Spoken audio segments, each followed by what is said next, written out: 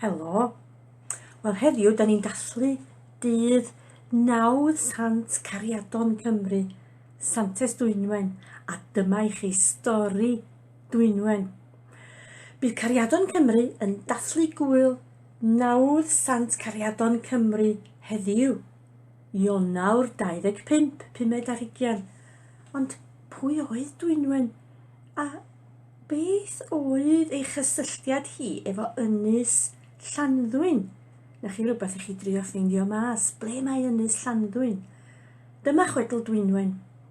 Un tro, amser maith yn ôl, roedd tywysoges hardd o'r enw Dwynwen.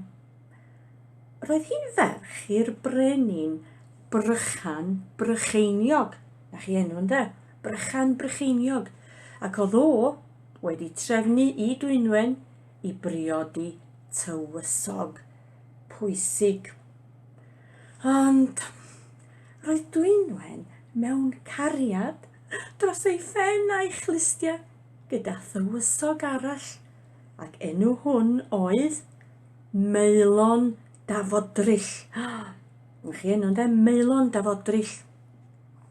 Felly, aeth Dwynwen at ei thad i ddweud wrtho nad oedd hi eisiau priodi'r tywysog yr oedd o wedi ddewis. Na, dos dim ots gyda i, meddai thad hi. Mae'n rhaid i ti briodi'r tywysog yr ydw i wedi ddewis. Rhedodd Dwynwen at Meilon yn crio llefen a dywedodd, mae'n rhaid i fi briodi tywysog arall. Mae dad wedi dweud. Pan glywodd Meilon hyn, gwylltiodd, aeth yn grac iawn a dweud wrthi nad oedd o byth eisiau gweld hi eto. Torodd Dwynwen ei chalon yn llwyr. Roedd hi mor drist, ac aeth hi fyw ar ben ei hun mewn coedwig ar ben ei hun bach. Yn y coedwig, roedd hi'n unig a digalon. Gweddïodd ar Dduw i'w gwella hi o'i chariad at Meilon, oherwydd Meilon oedd hi eisiau briodi ynde. Ie, yna un noson, tra roedd Dwynwen yn cysgu, daeth angel at Dwynwen a rhoi diod arbennig iddi hi i'w gwella hi, i wneud hi'n hapusach. Dechreuodd Dwynwen freuddwydio a breuddwydio. Yn y freuddwyd, welodd i'r angel hefyd yn rhoi diod i Meilon, yr un oedd hi yn ei garu. A chafodd Meilon ei droi yn dalp o rew. Lwmp o rew, ie.